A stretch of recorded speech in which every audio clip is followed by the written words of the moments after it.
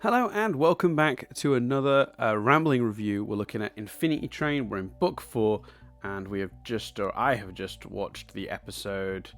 What was it called? I actually don't know the title of this episode. Well, I probably do because I probably said it at the end of the last one. But offhand, what are we? The Astro Queue Car. Yes, that makes sense. So this is an interesting episode. It's well. Let's get there. Let's deal with the elephant in the room before we get into the episode. Actually, so last episode I expressed confusion because I thought, I said, it's very obvious that his number is that Ryan's number is it become different to Min's, and he's keeping it from him. I don't know why they didn't just show us that to confirm it at the end. Seems like a weird choice because it's kind of clear that's what's happened. So I don't know why you would try and make it a twist because it's right there. Especially because the little end credits, the Cartoon Network Studios tag thing had their numbers being different on it. This episode's a weird one because it seems there's a couple of possibilities, but when it's 3 minutes. So you know for a fact that I spent the first 3 minutes of this episode going through it, pausing it constantly, trying to catch glimpses of Ryan's hand, looking for proof that I'm not insane, and failing miserably. I'm just going to reposition. Failing miserably to find it. There's a point about a minute in where his hand is visible for a frame, but if you freeze frame it and zoom it in, it's too pixelated to read. Because it's quite small, it's quite a wide shot. But then about 3-4 minutes in, we do get to see it finally, and it's the same. And my brain went. So I've had some time to think about it because I watched this one yesterday, and I watched it again today before recording this. But I had a day between, so I had some time to think, and there's a couple of possibilities as to what's going on here. Either I am correct and the numbers were different in the last one, but Ryan didn't tell Min. Kept it to himself, started to see the bit about how smug and arrogant Min was being, and his number went back up because he was being sort of judgmental in himself in response, and keeping it to himself and not expressing his feelings correctly. So the number then went back up and they ended up back in sync for this episode. But the idea is he knows that at one point the numbers were different, and at a later point in the series, maybe in next episode or two, maybe towards the end, he'll reveal we're as broken, but we're not broken in the same way. So these numbers haven't been 100% going up and down in tandem as you think they have been. That might be a reveal later on where he says, when we were in the big baby car, we desynced, for a minute. Maybe. The other possible explanation is that the numbers never were different. The Cartoon Network Studios card at the end was simply the two numbers that they were that episode. And the idea simply was he was looking at his number having gone down, thinking it through and going, well, when it went back up, he was like, but I don't feel like I've unlearned anything here. And he sort of put it together that way, that Min was connected to his number as much as he was, and that Min was making a bold presumption there. And that's why he's all annoyed and keeps looking at his hand. Not because it's different, but because he's kind of figured out before Min has that it's our number, not your number or my number. So I don't know which way it is. I'm not sure. I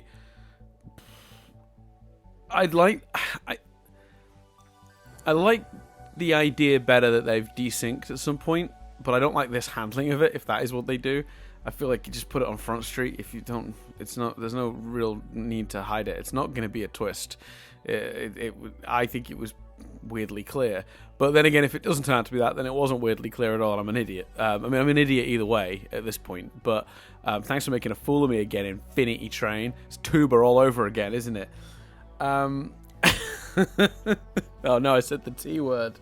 I think it's going to be triggering for some of you. It's frustrating because it's an odd choice, but it's only an odd choice if they do the thing I think they're going to do. If they're not doing that, then I'm angry for no reason. I'm judging it preemptively. So Well, no, I was judging it preemptively in the previous episode, so I retract for now my criticisms of the previous episode and their choice to not reveal the number, because that isn't their intent, and I've just misread it because I'm a dummy. Then again, though, actually no, because then even more reason to show that they're still the same. Like, why hide it? Why not show us what the number was? No, I'm reversing my stance again here. No, I think actually, whichever way they're doing it, whether it's the number was the same and he was just mad because he kind of understood before Min did that this was our number, a joint number, rather than a single number, or it was different and he was annoyed because it's, Min was making that assumption and he knows full well that the numbers are sort of independent of each other.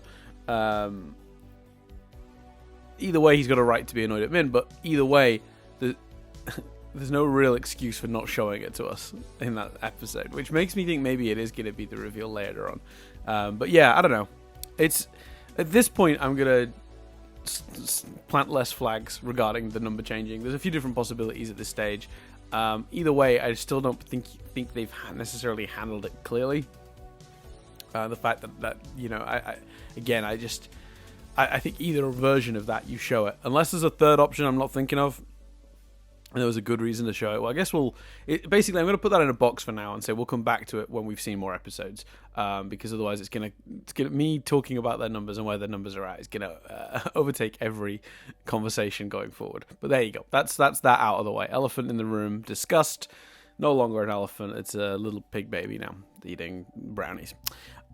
So let's talk about this particular episode. For anyone listening to this in the future who doesn't quite remember this one, this is the episode where they end up in the car. Where there's a door leads to some sort of party, and then there are like lines of spacesuit wearing people just waiting to enter this party, and they're sort of the lines are spread all over the place through portals on different platforms. I guess to make more room. Although it's not been very efficiently organized, in my opinion, but hey ho, it's a cool visual. So that's not a real criticism, because I think it's worth me wondering that for a minute, for a second even, to get the visual of like all these like floating platforms with various lines of spacemen just queued up in front of portals. It doesn't. I should actually clarify. It doesn't start there. They start in like a car with a really simple puzzle, and Min's being particularly smug, and then they end up in this car. And basically, Kez says, I've got friends in there in that party. It's a cool party, and they need to go to. And even forgetting the fact that like Ryan's a little bit like, oh, a party. The reality is the door is that way, the exit is that way, and the only way they're going to keep traveling. Although I will say this season has suffered a little bit, I think, from not having too much of a reason for them to be traveling. They're just going to Kez's place. Like, it doesn't have the motivation. Tulip had the engine. The Apex were heading back to... we're heading back to that, the Grace and Simon were heading back to the rest of the Apex. And of course, Lake and Jesse... Well, Lake was running. She wasn't running to something. She was running away from something. But they all had a real motivation for forward thrust. And it does make me wonder, like, all right, we've been sort of following kind of almost exceptional instances in this, of passengers. What about just the sort of bog standard passengers, like that old guy that was in the thing, or the little girl who'd accidentally killed her lizard? Like, what's their thrust for moving forward? Just I've gotten out of one situation, I guess I'll put myself into another. There must be like people just terrified to go forward or back because these cars are so insane and scary. There must be people just hanging out between the cars, just chilling until they just die of natural causes, starvation, whatever. I don't know. It's just been interesting to think of that, because it does feel like they have less reason to be moving forward, other than they're like, oh, I guess we'll move forward, we might learn lessons. But that doesn't seem really like, it's a bit muddled in with the reason for with the reason Kez gave of like, oh, come back to my place and we'll figure it out. So yeah, I don't know, it's kind of thin. And that is kind of a little bit hurting it, because the season feels, I think, fractionally more meandering. I reckon it's as meandering as season 1, but it feels fractionally more so because of the because of the fact they don't have as much of a thrust as Tulip did. Tulip was like, I'm getting to the engine, I'm figuring this out, because she wanted to solve the train, not just herself. She wanted to figure out what her situation was. Whereas Min and Ryan have sort of accepted that they're just going to wander through the train, and they're just sort of doing that. So even though the episodes are as sort of episode of the week and problem of the week as Tulips were, I think and I do appreciate that this season has kind of been a back to basics season. I do think it's suffered a little from that. It's a bit like the temperature of the 2 episodes is the same, but this one feels colder because there's a wind. You know what I mean? Like a breeze will make you feel colder than it physically is. So I don't know. It's interesting.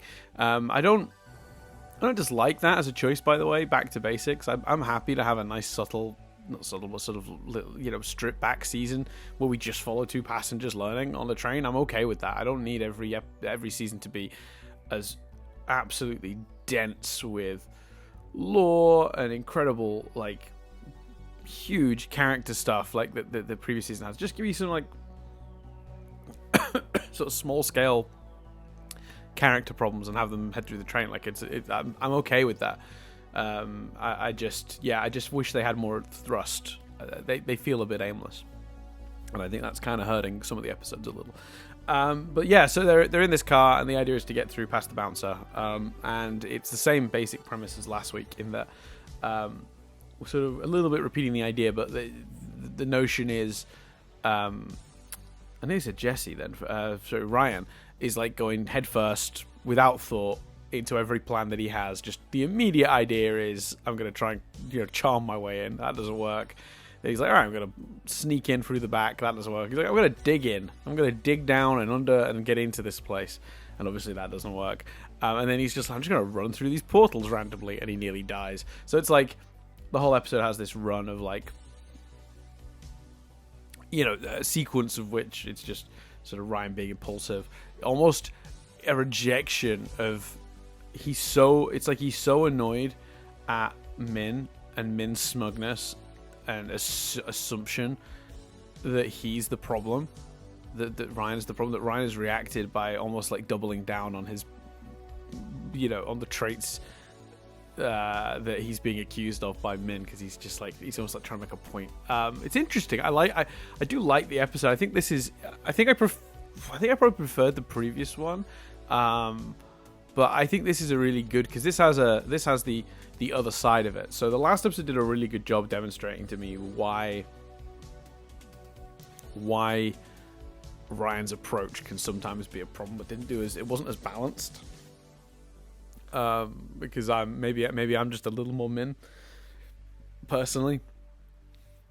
I didn't see the issue in that previous episode with Min being like, hey, let's just do something simple well. I kind of agreed with Min. So this is the episode where you understand Min's criticism of Ryan. It is kind of insane to think you can dig your way in.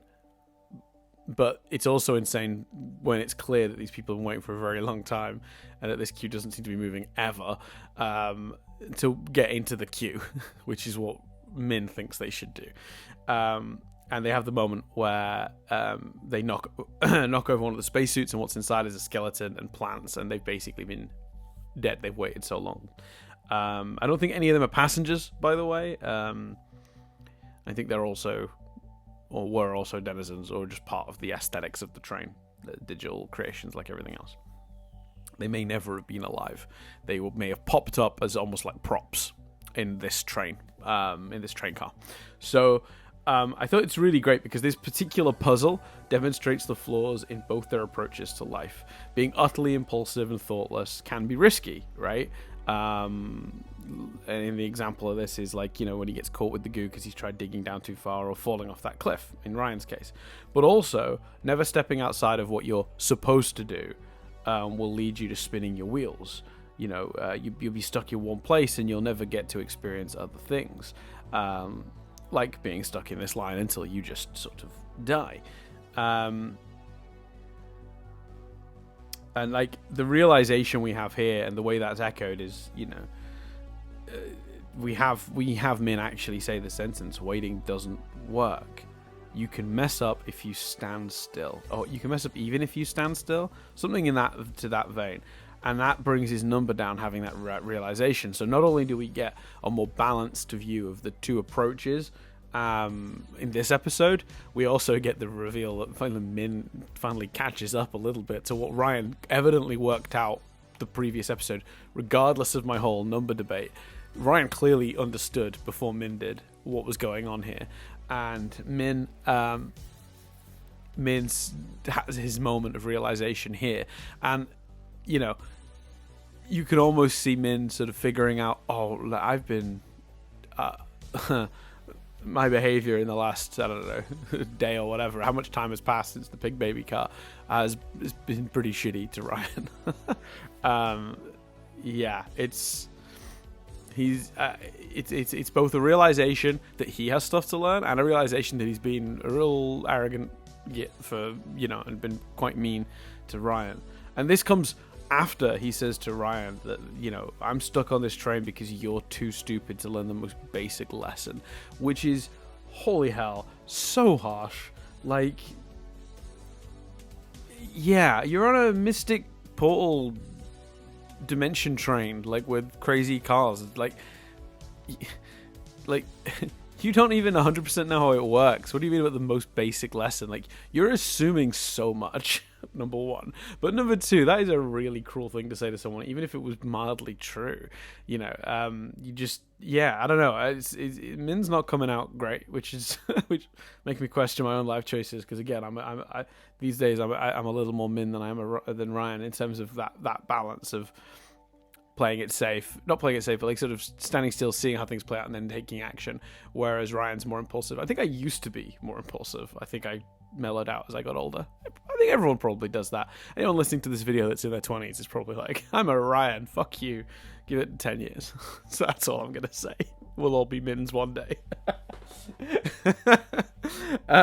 So I think there's a lot in this episode. I think it's probably less funny than the previous one. They give Kez less to do, which is a shame. I thought they found in the previous episode I said Kez's plot is thin, but it works because she gets a bunch of really good jokes. In this episode she gets kind of two moments.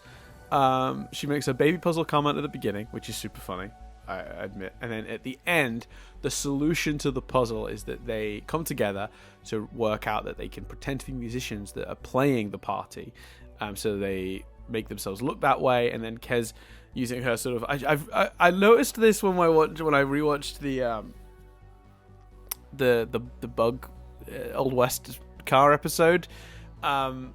But obviously her sparkles that come out from under her that you assume are just there because she's floating, she can use those like as hands, and I've been meaning to bring that up in every episode since the Old West episode when I noticed, but because she lifts up that picture of her roommate and it's like she almost grips it with those like sort of weird sparkly bits falling off, and in this episode she eats that way, and then she tell a lie, because we'll come back to that. But she then uses it to manipulate the corpses that are stood around in line to be like, oh, they're the best band ever, you should definitely let them in. And then the bouncer finally lets them in. And there is an ending. We'll come to it. I know some of you are thinking, Dan, you've not talked about the ending yet. We'll save that. We'll do that at the end. The other thing I want to say about Kez, actually, she does have another good moment. And maybe I'm wrong saying she's a bit too thin in this episode. But her bluntness is so perfect for Min and Ryan, and I do find that the train, through its like weird cosmic spookiness, has kind of always teamed up the passengers with the exact right denizen for themselves, like the one that's going to help them learn the most. Like the fact that Hazel met Grace and Simon, while it didn't work for Simon, maybe Simon was already too far from being saved. Hazel had a massive impact on Grace's feelings and thoughts, and Atticus was very much the driver in the end. Once Atticus was gnomed, whatever you want to call it, those things, I never know how to pronounce that. That was Tulip's drive as well, and as unfortunate as it is, that the Mirror Police guy, I forget which one of the two, says it to Lake. He says, it's not a coincidence you've been teamed up with Jesse. It's, you're compelled to help them, and you found the one you. I don't think he says it this way exactly, but basically the implication is she found the person she was best suited to help in Jesse, and they helped each other in the end, which is, I guess, why she earned the right to sort of leave. So I think Kez's blunt observations is really helpful for them here, because they both look quite surprised when she's like, you look annoyed and you look smug. And the only downside to that is they don't seem to actually, like, they look shocked, but then they don't, no one changes their approach. Like, Min doesn't go, oh, I've been quite smug. Oh yeah, that's a good point. Maybe I'll tone that down. And Ryan doesn't think like, yeah, okay, I'm annoyed and it's showing, and I'm being a bit of an ass. Maybe I'll stop. They're just like, they're feeding off each other in the way that is so toxic and bad for each other. It's crazy. And her observing it, while is really good and maybe something they definitely need to hear, doesn't actually, in the context of the show, have any like impact. The moment that they both kind of adjust in this is the moment when they disagree and they knock over the thing, and Min realizes that it's his number 2. So yeah, she's kind of both consequential and inconsequential in this situation. I don't know how I feel about that either, but I do think she gets a little less to do, or she's a little less. Kez is a little less impact, like it has a little less impact on the story here, but also a little bit less impact on my entertainment value here, because at least in the previous one I was like, she doesn't get a plot, but not everyone can get a plot every episode. They're only 10 minutes long. She's entertaining. She's funny maybe once or twice in this episode, but she's mostly just there, and that is a shame. So I'd like to see. I would like to see maybe an episode where we get a bit more of her. Maybe the next one, because she did say sort of like her friends were in there, and he sort of, Min very correctly is like, well, she's not historically had many of those. Should we be concerned about how well she actually knows these people or how they feel about her? Like he doesn't say it like that exactly, but like it's kind of the implication is, yeah, we've seen your friends, Kez. One other thing I've been wondering about this is, did the train cars switch around less back in the day?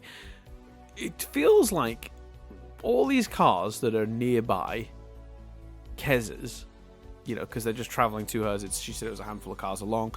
We seem to be seeing almost every car they go into, which is another difference from this year and previous. Is usually there's been the implication of adventures between the adventures sometimes, and this year it feels like they've pretty much been running one into the other, which is fine. That's not really neither here nor there, but it's interesting because it makes me wonder, because she seems to know people in every single car.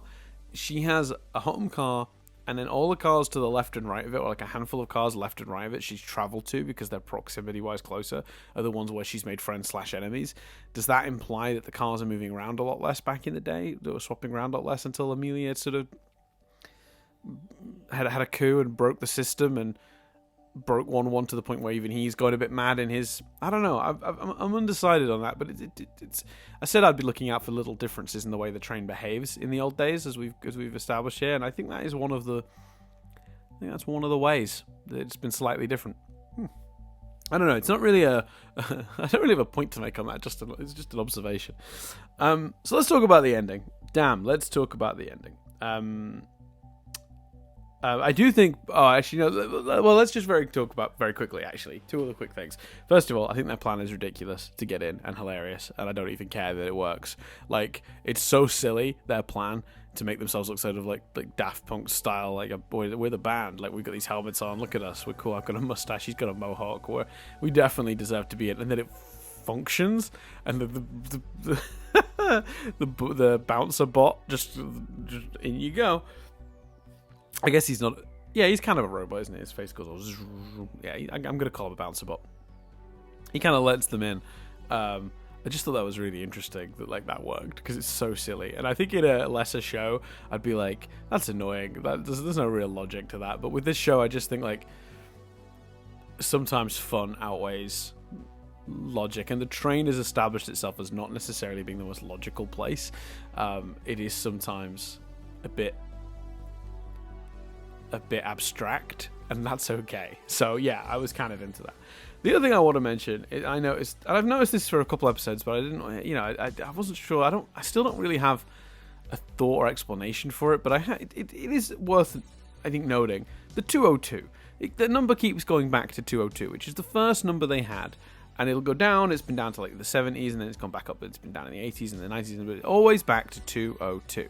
Now, there's probably, what is that? Like, there's some weird cosmic sort of strangeness of the train. Is there actual significance to it? I don't know. Obviously, the number 2 has significance. There are 2 of them. They have, the twin tapes. They've come on together. The key is 2, and I guess 222 would have been maybe 2 on the nose, so 202. I don't know. I just find it strange that it's that exact number every time it goes back up. And I don't have a theory. I don't have an idea. It's probably just some weird sort of cosmic train stuff, where it's all sort of like syncing up somehow. But I did think it was worth noting that I have noticed that, even if I don't have an explanation or a rationale behind why I feel that's even significant. Yeah, so let's have a look. I'm just checking my notes to make sure I haven't missed anything. No, I don't think that's. I think we've done it. Okay, so let's talk about the ending then. So, the end of the episode, they get in, and it's all looking gravy. They're in the what looks like the sort of the first room that leads to this party they're going to, and suddenly their boots electrify and it sticks them to the ground and they can't move. And then they look up, they're looking around, they can't see anything. Kez starts glitching in midair, and then it's just, you see the hand connected to the port in the wall, and we reveal a steward. And the episode ends basically with them looking like terrified of the steward. Where does this go? I have no idea. Maybe the only thought I have is that while Amelia's up front getting the tour from 1-1, she's clearly bullied her way into, because she's clearly, I don't know, I like that her coup maybe started a clever, more intelligently than you imagined, than I imagined, I should say. Like, I imagined, like, she went in, trashed the place, started, messing with the mechanics, like breaking stuff that way. It sounds like she sort of like used her knowledge to get in there, and then started slowly manipulating it from within to remove 1-1 to get what she wanted. And then once she got control of stuff, started doing. I think that's much better. It makes more sense if it's the character. It also seems more plausible that she did it as a one-woman army, like through intelligence and subterfuge, rather than through brute force and hacking her way into stuff. But I think she's gotten in. She's getting the tool from 1-1. I think there's a chance the reason we're seeing a steward plugged into the wall and causing things to glitch potentially is the idea is Amelia is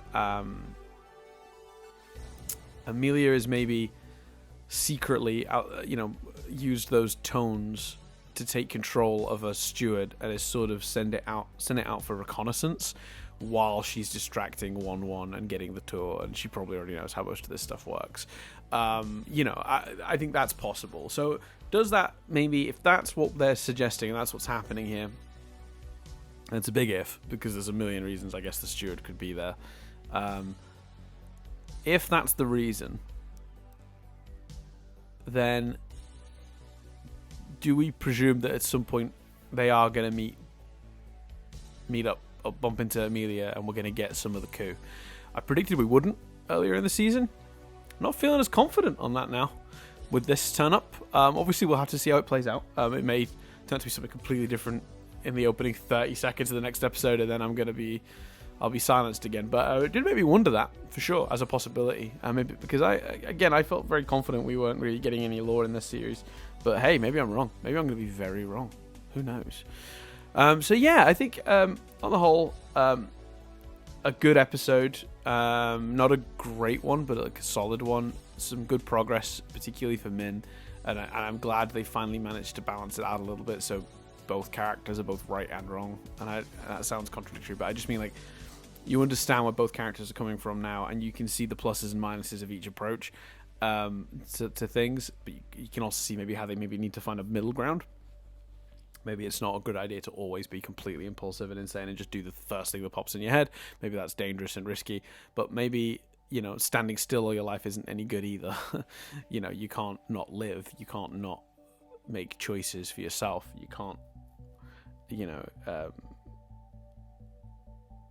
can't stand still and go, well, if I'm standing still, I can't mess up. Which seems to be Min's.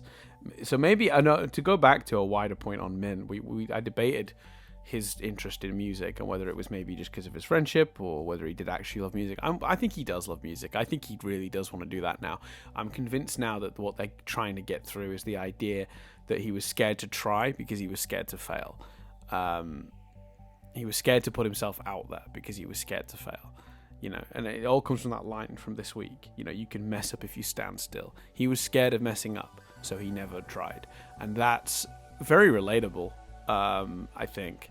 And we'll see how it plays out in terms of his overall arc. But I'm now of the opinion that he, even though I questioned it in the opening episodes, I was like, we don't really know how passionate he was about music yet. We don't know his real feelings on it. We just know what he's saying on the surface. I'm now convinced he does feel very passionately about it. So yeah.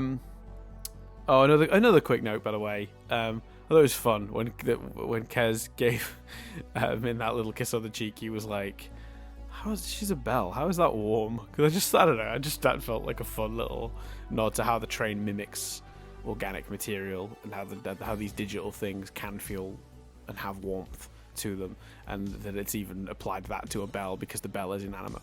The bell has been given, sentience. So I thought that was really fun.